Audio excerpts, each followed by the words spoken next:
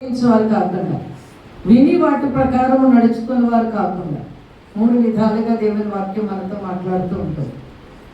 కష్టపడి వచ్చాం, కొంతమంది ఇష్టపడి వచ్చారు, కొంతమంది తప్పదన్నట్టు కూడా వచ్చారు. ఏ లిస్టులో ఉన్నప్పటికీ 2 నిమిషాలు దేవుని వాక్యాన్ని మనం విందాం. అపొస్తలుడైన పౌలు కొరింథీకి రాసినటువంటి మొదటి పత్రిక 2వ అధ్యాయము 9వ వచనాన్ని మనం చూద్దాం. బైబిల్ వారందరూ కూడా తెరచి చూద్దాము. 2వ అధ్యాయం 9వ వచనం. ఇందుకు వచ్చి దేవుడు తన్ను ప్రేమించు వారి కొరకు ఏమి సిద్ధపరిచెనో అవి కంటికి కనబడలేదు, చెవికి వినబడలేదు, మనిషి హృదయమునకు గోచరము కాలేదు. వాక్యాన్ని మనం చదువుదామా? మరలా వెంట చెప్పండి.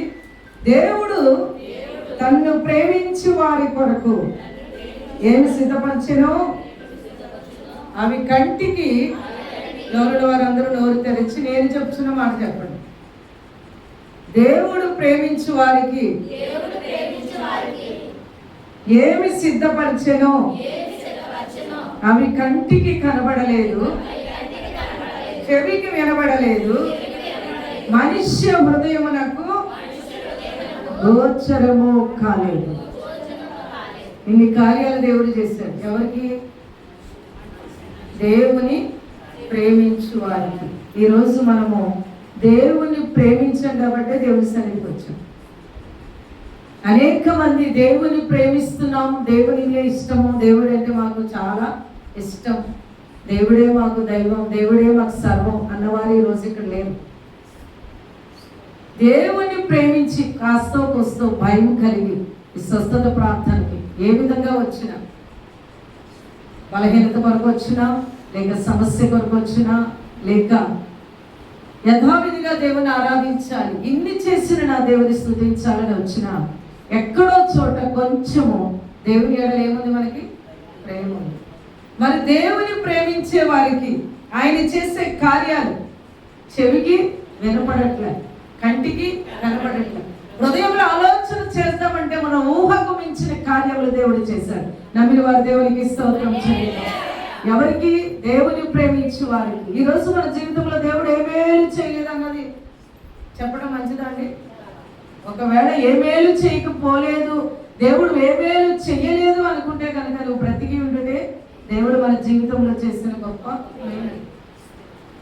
యెషయా అంటున్నాడు, సజీవులే దేవుణ్ణి స్తుతిస్తారు. మన సజీవంగా ఉన్నాం. దేవుడు మనల్ని ప్రేమించాడు కాబట్టి మరొక దినమును మనకు దేవుడు దయాకిరీటంగా ఇచ్చాడు. రోజున చెప్పుకోవడం కాదండి, ప్రభువా నువ్వు మాకు ఇచ్చిన దయాకిరీటం, సంవత్సరమున దయాకిరీటం ధరింపజేస్తావు, నీకు వందనాలు. కానీ దినదినము దేవుడు మనకు ఒక దినమును ఎలా ఇస్తున్నాడు? దయాకిరీటముగా. హల్లెలూయా. ఆయన దయ ద్వారా ఉదయకాలం మనం లేచాం.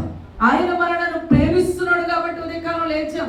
మన పనులు ముగించుకున్నాం, భయముతో దేవుని సన్నిధికి వచ్చాం. దేవుని సన్నిధిలో మనము కూర్చుని దేవుడు మన ఎడల చేసిన మేలుడు ఉపకారములు ఒక్కసారి స్మరణ చేసుకోవడానికి ఏ లిస్టులో ఉన్నాం ఈరోజు?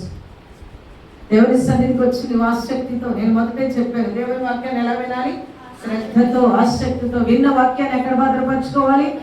జాగ్రత్తగా దేవునికి స్తోత్రం చెల్లిద్దాం. హల్లెలూయా. విన్న వాక్యాన్ని ఏం చేయాలి? వాటి ప్రకారం నడుచుకోవాలి. ఎక్కడైనా మనకు అవకతవకలు ఉంటే, వాక్యానికి విరోధంగా ఉంటే, వాక్యానుసారంగా జీవించట్లేదంటే, వాక్యానికి విరుద్ధంగా మనం జీవిస్తుంటే, వాక్యము మనతో మాట్లాడుతున్నప్పుడు వాక్యానుసారంగా జీవించడానికి మనం ప్రయత్నం చేద్దాం. హల్లెలూయా. ఈ మధ్యాహ్న సమయంలో దేవుడు మనతో మాట్లాడుతున్నాడు. దేవుడు తన్ను ప్రేమించేవారు. 2 లిస్టులు ఉన్నాయి ఇక్కడ. దేవుడు మనల్ని ప్రేమించేవారు, దేవుని ప్రేమించేవారు. ఇక్కడ దేవుడు మనతో మాట్లాడుతున్న మాట ఏంటి? దేవుడు తన్ను ప్రేమించేవారు. అంటే దేవుడు కూడా మనల్ని ప్రేమించాలి. వన్ సైడ్ లవ్ కాదండి, ఒకవైపే ప్రేమించడం కాదు. దేవుడు మనల్ని ప్రేమించాలి, మనము దేవుని ప్రేమించాలి. ఈరోజు 2 లిస్టులో ఉన్నావా? లేక దేవుని చేత ప్రేమించబడుచున్నావా? ఏ లిస్టులో ఉన్నావు? లేక దేవుని నీవు ప్రేమిస్తున్నావా? 2 విషయాలు కూడా ఈరోజు మనం నేర్చుకుందాం. ఎంతమంది సిద్ధంగా ఉన్నారు?